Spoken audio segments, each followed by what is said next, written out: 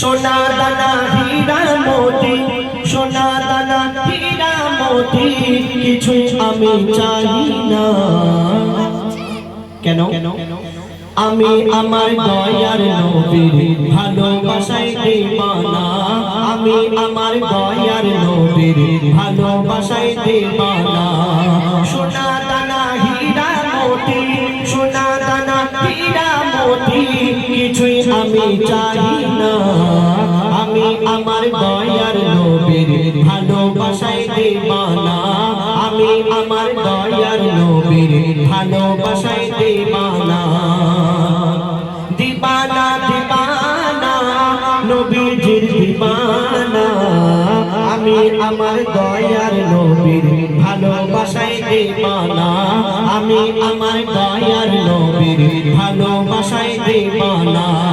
সোনা দানা হীরা মোতি, সোনা দানা হীরা মোতি কিছুই আমি চাই না। আমি আমার দয়ার নবীর ভালোবাসায় দিওয়ানা, আমি আমার দয়ার নবীর ভালোবাসায় দিওয়ানা। কেন দিওয়ানা? হযরত বিলাল বলছে শুনো, সাক্ষী দিল সব সাহাবী খোদার বন্ধু মোর নবী, নবীকে যে করবে একদিন পাবে জান্নাতের চাবি, পাবে জান্নাতের চাবি। সাক্ষী দিল সব সাহাবী খোদার বন্ধু মোর নবী, নবীকে যে করবে একদিন পাবে জান্নাতের চাবি, পাবে জান্নাতের চাবি। নবীজির শাফায়াত ছাড়া, নবীজির শাফায়াত ছাড়া মুক্তি দেহ পাবে না। আমি আমার দয়ার নবীর ভালোবাসায় দিওয়ানা, আমি আমার দয়ার নবীর ভালোবাসায় দিওয়ানা। সোনা দানা হীরা মোতি, সোনা দানা হীরা মোতি কিছুই আমি চাই না।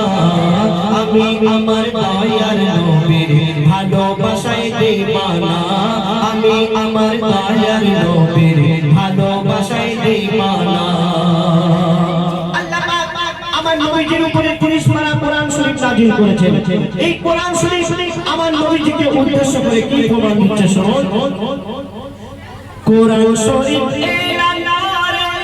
কোরআন শরীফ বলে খোদা রহমান সৃষ্টিতে আর নেই কেহ মোর দয়ার হাবিবের সমান, দয়ার হাবিবের সমান।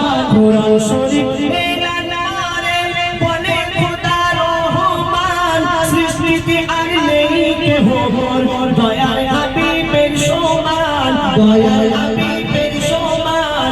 মুহাম্মাদের নাম ছাড়া ইবাদত, মুহাম্মাদের নাম ছাড়া ইবাদত কারো কবুল হবে না। আমি আমার দয়ার নবীর ভালোবাসায় দিওয়ানা, আমি আমার দয়ার নবীর ভালোবাসায় দিওয়ানা। সোনা দানা হীরা মোতি, সোনা দানা হীরা মোতি কিছুই আমি চাই না। আমি আমার দয়ার নবীর ভালোবাসায় দিওয়ানা, আমি আমার দয়ার নবীর ভালোবাসায় দিওয়ানা। আপনার কাছে লক্ষ লক্ষ টাকা আছে, অনেক ধন সম্পত্তি আছে, আপনার মনের ইচ্ছা হজে যাবেন, আপনি কাবা শরীফ তওয়াফ করবেন, নবীজির রওজা শরীফ জিয়ারত করবেন, কিন্তু আল্লাহ পাক যদি আপনাকে তৌফিক না দান করে, আল্লাহ পাক যদি আপনাকে না ডাকে, আপনি কোনোদিন যেতে পারবেন না। আপনি গরীব, আপনি অসহায়, আপনার কাছে কিছুই নেই, কিন্তু আল্লাহ পাক যদি আপনাকে তৌফিক দান করে, আপনি যে কোনো হালাতে পৌঁছে যাবেন। তোমার কবি ইয়াসিন সাহেব তিনি গজল লেখার আগে শব্দের মাধ্যমে কি দেখতেন বলছেন।